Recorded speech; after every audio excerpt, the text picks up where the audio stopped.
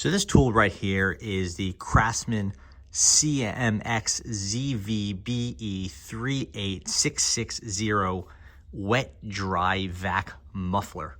And basically it says it right here, it's a radial diffuser that you put on your wet dry vac, your Shopvac, whatever you want to call it. Has a 2.5 inch pipe, which is pretty standard for these sorts of things. You put it on the exhaust of your muffler and it's supposed to diffuse the noise with no real drop in power so that it's a little bit more friendly for indoor use. This thing costs about $15, $16. You could buy it off Amazon, Home Depot, wherever. It's pretty easy to find. But it doesn't come included with the vac. Even a big one like this, it's not included. You have to buy it. It's an accessory. And this thing costs maybe $100. The muffler itself is $15. The math doesn't really make sense, but I've been using the vac a lot, the Shopvac a lot. So I figured I'd just give it a shot and see if it was worth the money, do a video. That way you could either buy it if it makes sense or skip it altogether. So let's give it a quick test. We have our sound meter set up and we will test and see if there's a volume reduction from using the muffler, since that's the primary purpose of this thing. Here is that Craftsman 12-gallon vac, my primary one that I use. Here is an iPad set up with a dB, a sound meter. You can see it modulating as I talk higher and lower. So it is working. We're in a basement setting, so the volume will be inflated. The vac and the iPad are about 3 feet apart, which is pretty good usage. It's gonna simulate where you would be standing relative to the vac.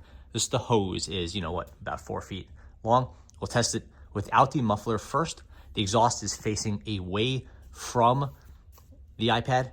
That's in the same way it would be when you were using it. And then we will add the muffler and we'll see what happens.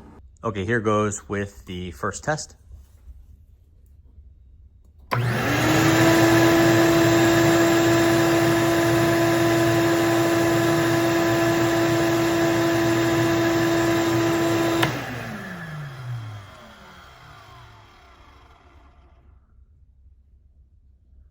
Okay, so ambient is like 36. That test was maybe about 87, 88 on average. And now we'll add the muffler and see where we're at.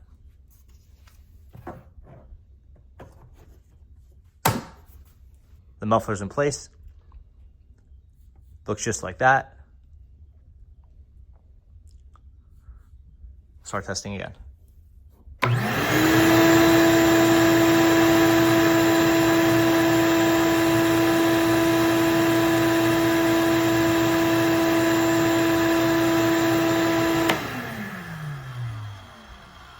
You'll see that ambient is the same and the muffler basically had no difference. It was a little bit higher perhaps, but for me, I'm gonna say it just has no difference. We will remove it, test again.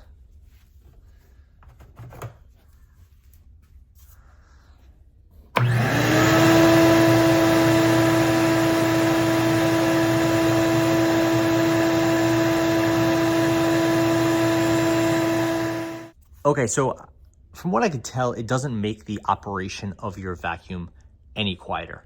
So as far as like lowering the level of noise, I don't think that's true. I will continue to play with it, but I haven't seen any effect. I haven't been able to measure any effect of that either. The second thing that the muffler does is it's supposed to diffuse the air. So the air that's coming out of the exhaust of the vacuum, it's not as concentrated. It is diffusing it through this piece of foam here. So it's less airflow going in one place and less force. The amount of air going out of it should more or less be the same, but it's more diffused. And that should reduce the how much dust is blown around in your job site. That is something that's a little bit easier to test, although harder to quantify. I have a standard piece of paper here. We'll put it back here and we'll get some idea of the level of force coming out of the exhaust with nothing on it.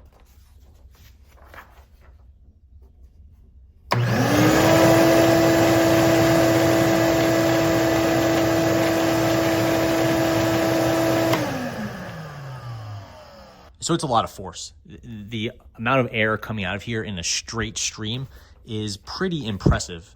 And you know that because Craftsman even says in their documentation that you could plug the hose into the exhaust and use this as sort of a blower as opposed to a vacuum.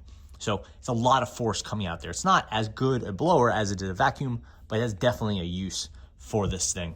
Now we'll try the diffuser and we'll see if the amount of airflow coming out of it is as intense. I don't have a better way to measure the volume air moving out of it. You know, they have a little fan on a handheld, a wind meter type thing. I don't have one of those, but we'll test out the best we can.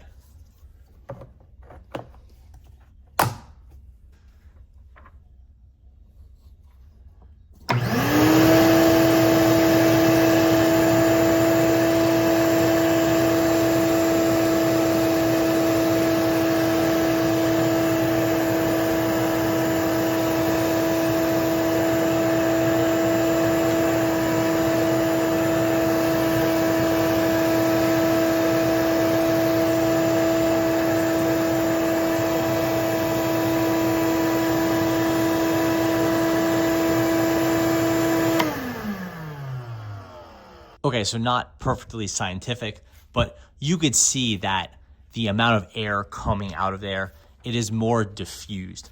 Is there less air coming out and more air getting stuck inside the machine? Not like inside the machine technically, but less air coming out, so there's less power on the suction. That's harder to measure, but based on how this paper moved, we could tell that the force of the air coming out is definitely less, which means maybe their amount of area where there is air going is more, it's being diffused, but the amount of air being pushed out very hard is definitely less. And that powerful stream coming out of the back, that's been greatly diminished. So I'm guessing in most environments, say you have a dusty workspace, this will be better than it would have been with a very powerful stream going out of the back.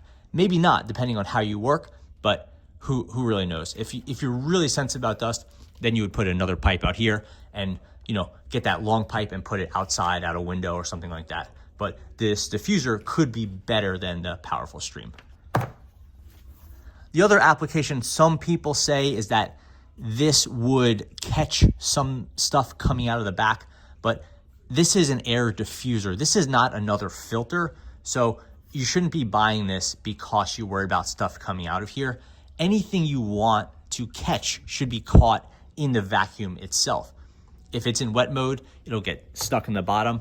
If you're using it in dry mode, you should use the filter bag. So this is not used as a filter. At least it should not be used as a filter. This should only be used for diffusing. So don't buy it as a filter. And I would say, furthermore, don't buy it to lower the volume of your vacuum. You should be buying this to diffuse the airflow and stop dust and stuff from kicking up around your garage or your basement or your workspace.